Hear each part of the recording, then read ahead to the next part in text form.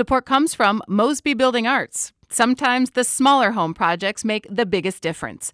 Mosby creates custom spaces that help you love your home even more. For projects big and small, visit callmosby.com. This is St. Louis on the Air from St. Louis Public Radio. I'm Elaine Cha. Just before the COVID pandemic hit, the St. Louis-based Stonemaier Games and designer Elizabeth Hargrave gave the world the bird. Well, 170 of them, to be more precise.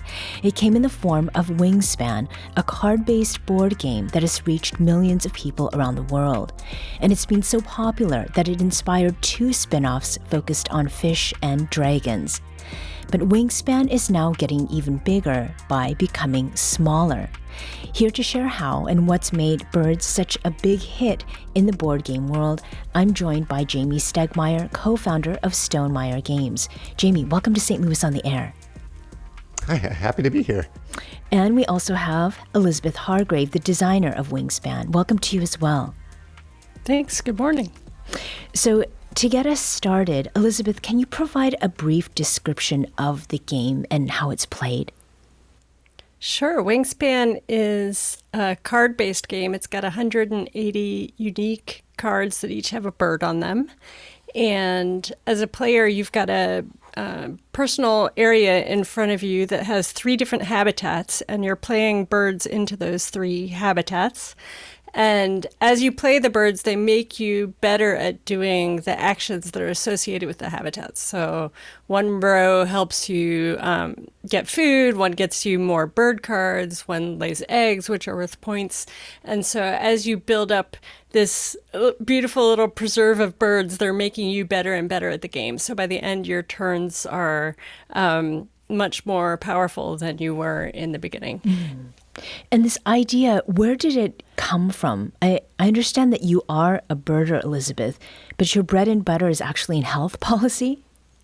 Yeah, that was my profession before Wingspan. I was doing health policy in Washington, D.C., and after Wingspan came out, it did well enough that I was able to quit that job and do game design full time. But before that, I was a birder and I was a board gamer. I just enjoyed playing games and thought I'd try making one. So I understand, Jamey, that you and Elizabeth met at Gen Con, which is a huge tabletop gaming convention, back in 2016. What went through your mind when Elizabeth pitched you this bird-focused game? Well, two primary things come to my mind from that meeting at Gen Con. One, I thought Elizabeth was a delightful person. She seemed like a delightful person to work with right off the bat. She seemed curious. She accepted constructive criticism. She also pushed back against some of the constructive criticism, which I love to see from a designer. And then the biggest thing about the game itself is that Elizabeth had designed, around that time, I think it was around 100 birds, where every one of the birds, what they represented in nature, in real life, was also represented on the card and the mechanisms on the card. That's tough to do for 20 cards, much less 100 cards. And so I'm astonished. I was astonished at the time that Elizabeth had come up with that many unique birds that tied into the game's mechanisms. Mm-hmm. One of the things that I also remember from that meeting, Jamey, is that you talked about, as a kid, looking at your grandmother's field guides for birds. Yeah, and I think a lot of people have that same reaction of just like they have some childhood memory of interacting with birds that makes it resonate with them. Mm-hmm. Absolutely. So, Jamey, I understand that the illustrations for all of these cards also has a St. Louis connection? That's right. Yeah, my co-founder, Alan, his kids went to school with a woman named Natalia, and Natalia is a self-taught artist who was at the time doing pet illustrations, and Alan mentioned that she might be able to illustrate some birds for this game. So we talked to Natalia about this. We met with her and asked her if she would be interested in drawing birds. She didn't have a lot of experience doing it, but she is willing to spend a lot of time on every illustration. And to this day, she still continues to illustrate birds for Wingspan and spends around 15 to 20 hours drawing every single bird painstakingly by hand in a lot of painstaking detail. She now works with a few other people who help contribute because at this point we have hundreds of birds, and that's a lot of time. But Natalia, was in St. Louis, is no longer here, but started out in St. Louis and has created hundreds of illustrations for Wingspan. Elizabeth, what did you think when you saw those hand-drawn illustrations? Jamey and Natalia sent me a lot of the illustrations as they were going along, and it was just a delight to start seeing them come in. And seeing the actual original illustrations is just so different from seeing them on a computer screen or shrunk down to card size, because the originals are much larger. So that was a real treat. The popularity of this game, when St. Louis Public Radio reported on Wingspan back in 2019, Shayla Farzan noted in her story that more than 200,000 copies were expected to be in circulation by the end of that year. So we're now, 7 years on. Jamey, where does that number stand now? Well, I have two fun numbers to share with you. One is in comparison to that 200,000 in the first year, which is a huge number of games. We very recently released a smaller version of Wingspan called Wingspan Pocket. And in the first printing alone of Wingspan Pocket, we printed 175,000 copies of the game. And they're now, with just a month after releasing it, they're all sold out. Wow. And so that kind of shows you the scale of how many people Wingspan has reached, how much joy it's brought to people's tabletops. Wingspan as a whole, the actual original game, now has over 2 million copies in circulation worldwide in around 30 different languages. And Elizabeth has worked so much over the last few years to create expansions for the game, which also have around 1.5 million copies in circulation worldwide. I can see, Elizabeth, why you quit the other job in order to pursue this full time. Has the popularity of Wingspan surprised you at all, Elizabeth? Oh, absolutely. As a first-time game designer, the conventional wisdom is you should be happy to sell like 5,000 copies of your game. I remember before Wingspan came out, Jamey and I hadn't really talked about print runs. That's his job. But I heard him on a podcast say that, Stonemeier's minimum print run is 10,000. And I was like, oh, that's exciting. That's more than I was expecting. This is just orders of magnitude different. So a pocket edition, it must have been maybe difficult to go from what you had to something that was even smaller, or maybe it was easier than most would guess. It was fun to think about what's the real core fun of Wingspan, and how can you distill the game down to just that core interaction with the birds. And the primary thing is that instead of the 3 rows that are in the longer, larger game of Wingspan, you're playing all of your birds just into 1 row. You're not worrying about habitat. And then you get to use the powers on those bird cards every single turn. So it's like just taking the thing that people delight the most in the game and making it even more central.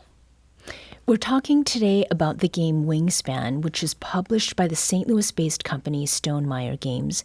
And I'm here with the game's designer, Elizabeth Hargrave, and one of the co-founders of Stonemaier Games, Jamey Stegmaier. Jamey, is this the first Stonemaier game that has been put into a pocket edition? It is. And originally I was a little hesitant about the idea. There are people who play Wingspan over and over again. The game doesn't seem to get old for them. And there are even people that played it so often that they can play Wingspan in 30 to 45 minutes. But after I played the prototype that Elizabeth shared with me for Wingspan Pocket, I got it instantly. I see what she had created, and what is so nice about having a smaller box version that does play consistently in around 20 to 30 minutes. I even recently traveled to Iceland with this version of the game. We played it a number of times, and even on a day where we went to see puffins out in the wild, we were playing Wingspan Pocket with the puffin card in play, which was a delight. There are also two other games. We mentioned this in the introduction, Finspan and Wormspan, and these were published after Wingspan took off, no pun intended. What inspired those Fish and Dragon expansions, which I understand you also designed, Elizabeth?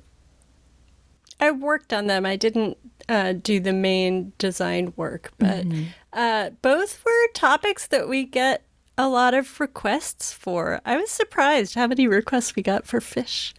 And the dragons, a lot of the gaming world is folks who really entered in through more fantasy-based properties like Dungeons and Dragons, right? So that was another angle that we thought we'd try. Both of those games have other main designers, but I worked with them to get them started on how I think about the cards and the balance of everything in Wingspan. And we had a lot of interesting discussions about sort of what makes a game feel like it's in the same family with Wingspan, but still feel like it's its own game with different mechanisms so that you might want to play them at different times or with different people, that they're not just, slapping different art on the same thing. Jamey, one of the things that you talked about with our producer, Danny Wysentowski, is an engine game. And from what I understand, that means it's a game that you leave feeling more empowered when you're done. Does this reflect what Stonemaier Games would like to do with board games? Do you want people to leave feeling somehow better than when they started? Yeah, I love the way you said that. And Elizabeth touched upon it earlier in her description of Wingspan, how you're building this engine over the course of the game. So your actions at the end of the game are much more powerful than at the beginning of the game. I love that you used the term empowered. And that is exactly what we hope people feel when they play our games, that they do feel like they made clever decisions throughout the game and that they end the game with hopefully a few climactic moments where they take much more powerful turns based on something that they built during the game, whether or not they win or lose. A question that we like to end with is what is next, so that folks can keep following the work that you're doing. So for each of you, Elizabeth, is there something in the pipeline that folks can be looking forward to? I always have the next Wingspan expansion that I'm working on. And I have a couple other games as well, but yeah, we've said that we want to do all of the continents, a deck of birds for each continent, and so we've got 2 left to go. Mm-hmm. And Jamey, how about you? What's next? Well, right now we're still really in the middle of the release of Wingspan Pocket, and so I'm still considering that part of what's happening now and what's happening in the near future. So I guess we have the upcoming holiday season, so this will be a major focus of our holiday season this year in 2026. Do you each have a favorite Wingspan expansion card? I have a favorite right in front of me, or one of my favorites is the Bronzed Cowbird. I think it's a great example of what I talked about earlier. This isn't an expansion card. It's in the core game, but most of the cards in Wingspan, most of the birds can hold eggs. But this particular bird, it lays eggs in other birds' nests. And so in doing so, they're kind of pushing other birds' eggs out of their nest and letting those birds raise their eggs or hatch their eggs on their own. And so on this card, where there would normally be an egg icon or a couple egg icons, there are no egg icons. This is a great example, I think, of what Elizabeth did in combining her research with the design of each individual bird card. And Elizabeth, if you don't have a favorite, do you have one piece of expert level advice for Wingspan players? Oh, that's a good question. I think my biggest advice generally for Wingspan is that you have to stay flexible. You can't enter a game with a plan of, this game I'm going to really focus on laying eggs. You have to sort of see what the game brings you and pivot to adjust to it. And that's a style of gameplay that I enjoy in games in general. So it's, I guess, not surprising that it came out in the game that I designed. Elizabeth Hargrave is Wingspan's designer, and Jamey Stegmaier is co-founder of Stonemaier Games and publisher of Wingspan. Thank you both so much for joining us today. Thanks, Elaine. Thank you so much for having us.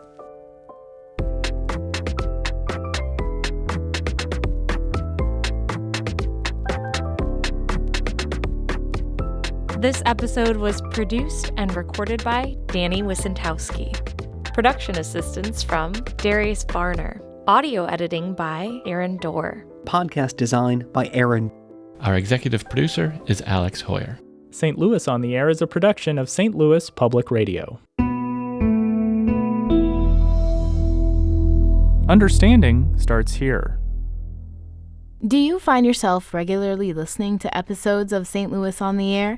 Suggest us to a friend you think might enjoy our conversations, and leave us a review and rating on Apple Podcasts on the App Store. It's the simplest way to help people discover our show. Thank you. St. Louis Public Radio is a member-supported service of the University of Missouri St. Louis.